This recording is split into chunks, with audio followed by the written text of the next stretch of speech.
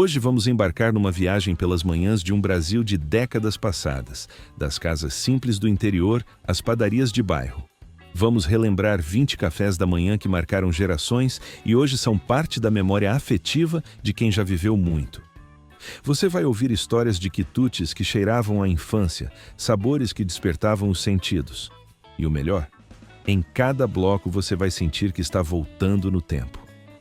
Prepare seu coração, porque essa viagem é feita de memórias e nostalgia. Bolo de fubá da véspera. O bolo de fubá era presença garantida nas manhãs de um Brasil mais lento e cheio de ternura. Antes mesmo do sol nascer, as mães e as avós já batiam a massa com colher de pau. O cheiro do fubá misturado ao leite e ao açúcar se espalhava pela casa como um convite ao aconchego. Enquanto o café coava no pano, o bolo crescia no forno, criando aquela crosta dourada que anunciava o início do dia. A primeira fatia, ainda quente, derretia na boca e deixava um gosto de infância. Era o símbolo de união, quando todos se reuniam em volta da mesa, conversando sobre o dia que começava. Com o tempo, a correria das cidades e os produtos prontos tiraram o lugar do bolo caseiro. Mas o cheiro do fubá continua vivo na lembrança de quem cresceu nesse tempo. Um simples pedaço ainda é capaz de fazer voltar o calor das manhãs antigas e o amor das cozinhas de antigamente. Banana frita com açúcar e canela. Em muitas casas simples, a banana era o doce das manhãs. Bastava uma frigideira, um pouco de manteiga e vontade de transformar o comum em algo especial. As rodelas douravam devagar, soltando um perfume doce que se espalhava pela cozinha e despertava sorrisos. Depois, vinha o toque final, o açúcar e a canela, formando uma crosta fina e crocante. Era o lanche favorito das crianças, que esperavam ansiosas pela primeira mordida. Com um café preto forte, era o suficiente para começar o dia com energia e alegria. Com o passar dos anos, a banana frita foi desaparecendo das mesas matinais. Os hábitos modernos trouxeram pressa e produtos industrializados, mas basta sentir o cheiro de banana na manteiga quente para a lembrança voltar. E com ela vem o som da casa acordando, o riso das crianças e a voz doce da avó chamando para o café. Cuscuz nordestino com manteiga. No Nordeste, o cuscuz era o coração do café da manhã. Feito com flocos de milho cozidos no vapor, ele crescia lentamente na cuscuzeira enquanto o sol nascia. O cheiro do milho quente misturado à manteiga derretida anunciava o início do dia com alegria. Servido ainda fumegando, ele era moldado com carinho no prato e acompanhado de queijo coalho, ovos ou coco ralado. Cada família tinha seu jeito e cada receita guardava uma história de afeto e tradição. Nas casas simples, o cuscuz era símbolo de sustância e trabalho, alimento que fortalecia corpo e alma. Com o tempo, nas cidades grandes, esse costume se perdeu. Mas no Minas Gerais interior, ele continua vivo, presente nas feiras, nas cozinhas e nos corações. Quem prova um bom cuscuz com manteiga entende que esse sabor não é só comida. É memória pura, herança do povo nordestino e orgulho de uma terra que nunca esquece suas raízes. Pão de queijo mineiro. Em Minas Gerais, não existia manhã sem o cheiro do pão de queijo saindo do forno. As padarias começavam o dia ainda no escuro e o aroma invadia as ruas. Era impossível resistir àquela mistura de queijo derretendo no polvilho e a casca levemente crocante que estalava ao morder. Nas casas simples, o preparo começava cedo. As avós misturavam o polvilho com leite quente, ovos e queijo curado, mexendo até a massa ficar elástica e brilhante. Enquanto o forno esquentava, a família já esperava ansiosa, sabendo que o primeiro lote era sempre o mais saboroso. O pão de queijo não era apenas alimento, era abraço quente de manhã fria. Com o tempo, a receita se espalhou pelo país e ganhou versões industriais. Mas nenhuma delas guarda o mesmo encanto do pão de queijo caseiro, amassado à mão e assado com paciência. Quem viveu essa época sabe que aquele sabor simples é um pedaço da alma mineira. Pão doce caseiro. O pão doce era símbolo de carinho e fartura. Preparado no sábado à noite para ser servido no domingo, tinha cheiro de infância e de celebração. A massa crescia devagar, coberta com um pano limpo, enquanto o forno esperava o momento certo de aquecer. As famílias colocavam por cima um pouco de açúcar cristal ou goiabada, criando um brilho dourado que alegrava a mesa. Era comum preparar grandes tabuleiros e compartilhar com vizinhos e amigos. Aquele gesto simples reforçava laços e transformava o café da manhã em um ato de generosidade. Com o tempo, as padarias tomaram o lugar das receitas caseiras. Mas o sabor do pão doce feito em casa nunca saiu da memória de quem cresceu naquele tempo. Hoje, quando alguém sente o cheiro do pão recém-assado, volta por um instante àquela cozinha antiga, onde o tempo passava devagar e o amor era o principal ingrediente. Coalhada fresca com pão caseiro. A coalhada fresca era um ritual nas casas do interior. Feita na noite anterior, descansava até o amanhecer, ganhando textura firme e sabor suave. Ao nascer do sol, o leite transformado em coalhada era colocado sobre o pão caseiro ainda quente, formando um contraste perfeito. Era alimento simples, mas cheio de significado. Representava o trabalho da roça, o cuidado com os animais e o prazer de aproveitar o que vinha da própria terra. Nas manhãs frias, aquele café era completado com mel ou açúcar mascavo, criando um sabor que aquecia corpo e alma. Com o passar dos anos, a industrialização afastou as famílias desse costume. Os iogurtes prontos tomaram o lugar da coalhada feita em casa. Mas quem cresceu nesse tempo ainda lembra do gosto fresco e do som do leite sendo fervido no fogão de lenha. Era o sabor puro da vida simples, que hoje mora apenas na lembrança. Cuscuz salgado com charque e ovo. No Nordeste, o cuscuz salgado era o combustível das manhãs de trabalho. Feito com flocos de milho e cozido no vapor, ganhava força com pedaços de charque bem dessalgado e ovos mexidos. O cheiro se espalhava pelas casas simples e chamava todos para a mesa. Era comida de sustância, que dava energia para enfrentar o sol do sertão. Cada garfada lembrava o esforço do povo nordestino e a criatividade de transformar o pouco em muito. O cuscuz salgado não era luxo, era orgulho de quem fazia da simplicidade uma arte. Com o passar dos anos, ele foi perdendo espaço para pães industrializados e cafés rápidos. Mas nas cidades pequenas, ainda é comum acordar com o som da cuscuzeira no fogo. Quem viveu esse tempo sabe que nenhum prato moderno tem o mesmo poder de aquecer o coração. Porque o cuscuz salgado não é apenas alimento, é memória viva de um Brasil que acordava com sabor de verdade. Bolinho de chuva matinal. Os bolinhos de chuva eram o sorriso das manhãs nubladas. Com poucos ingredientes, as mães transformavam farinha, ovos e açúcar em pequenos pedaços de alegria. A massa era moldada com colher e mergulhada no óleo quente, criando um perfume que tomava a casa inteira. Quando saíam douradinhos, recebiam um banho generoso de açúcar e canela. As crianças corriam para a cozinha e disputavam o primeiro bolinho, ainda quente. O sabor simples e o cheiro adocicado marcavam os dias de infância e aqueciam o coração. Era um café da manhã improvisado, mas cheio de afeto. Não importava se chovia ou fazia sol, o bolinho de chuva tinha gosto de lar. Hoje ele aparece de vez em quando como lembrança nas tardes frias. Mas, para quem viveu aquele tempo, basta uma mordida para voltar ao passado e sentir novamente a doçura das manhãs antigas. Mandioca cozida com manteiga. No interior do Brasil, a mandioca era a rainha das manhãs. Cozida lentamente até ficar macia, era servida ainda quente com uma generosa colher de manteiga derretida. O vapor subia, o cheiro se espalhava e o café da manhã ganhava alma.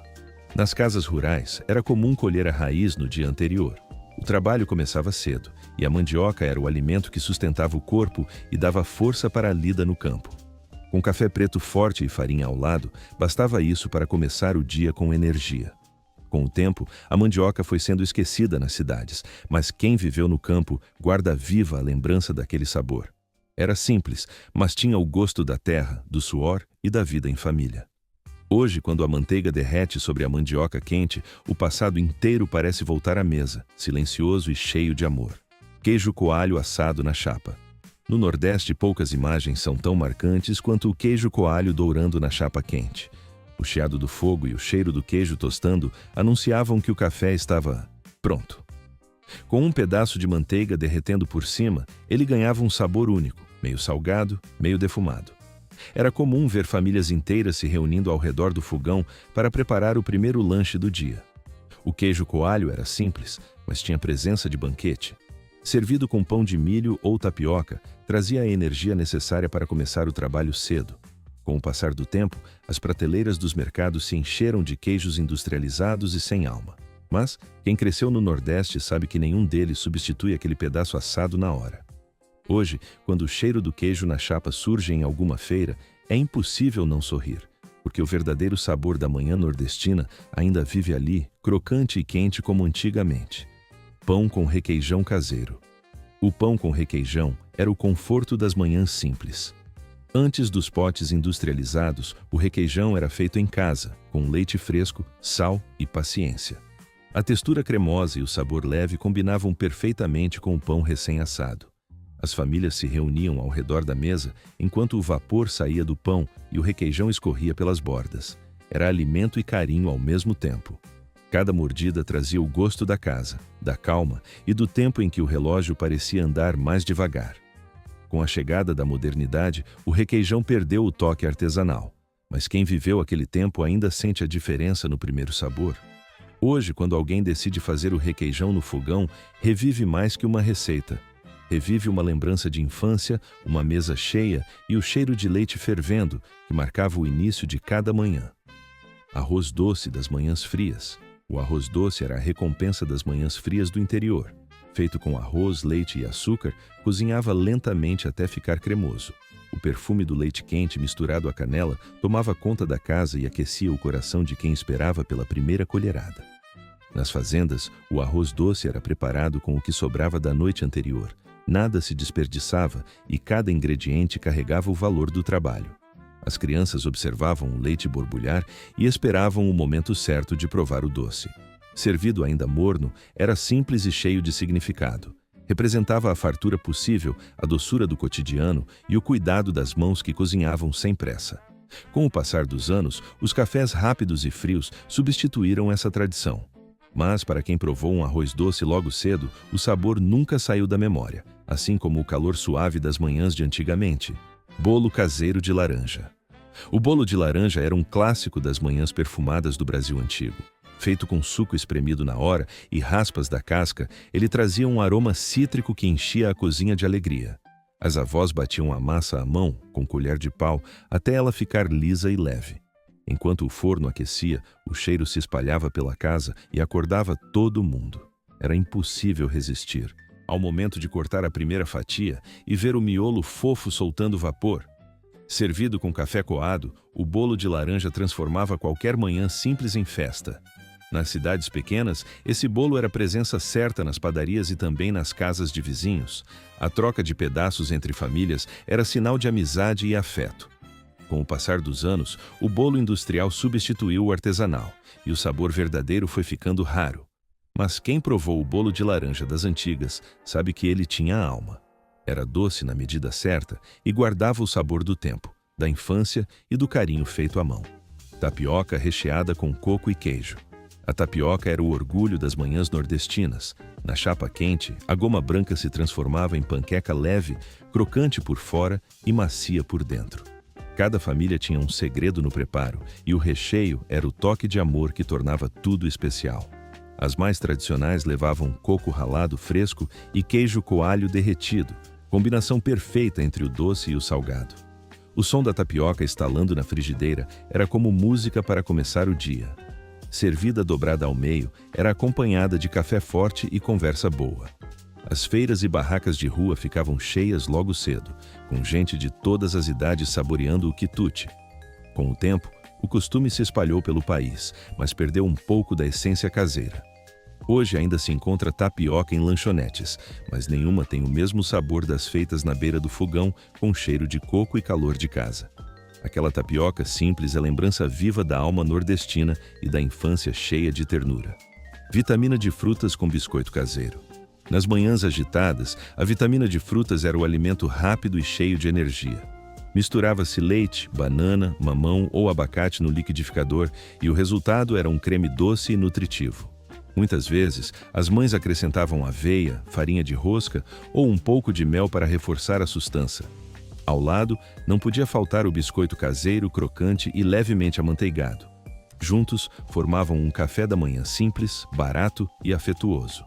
Era a combinação perfeita para estudantes e trabalhadores começarem o dia com força e alegria. O barulho do liquidificador de manhã cedo era sinal de rotina e cuidado. Era um som que anunciava amor, aquele amor que se expressa em pequenos gestos. Com o passar do tempo, os sucos prontos e os biscoitos industrializados tomaram o lugar da vitamina artesanal. Mas quem viveu nos anos 70 e 80 ainda se lembra do sabor fresco das frutas batidas e do cheiro dos biscoitos saindo do forno. Era um café da manhã simples, mas feito com coração. Café Colonial do Sul.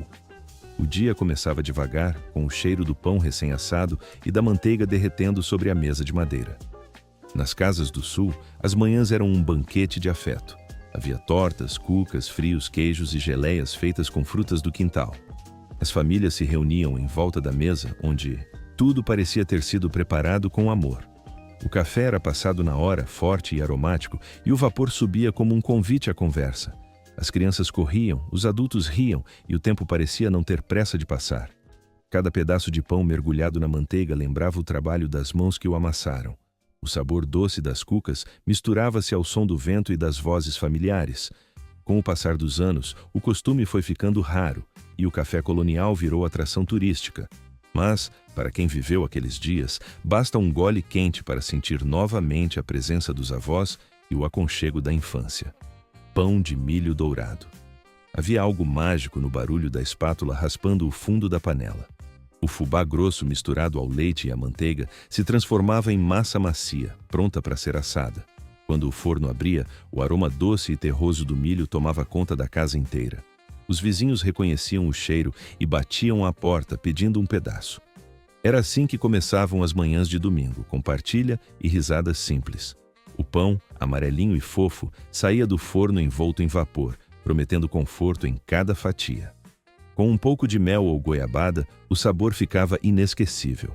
O milho, vindo da roça, guardava o sol do verão e o suor de quem o colheu. Hoje quase ninguém prepara o pão de milho de forma artesanal, mas o gosto ainda mora na memória.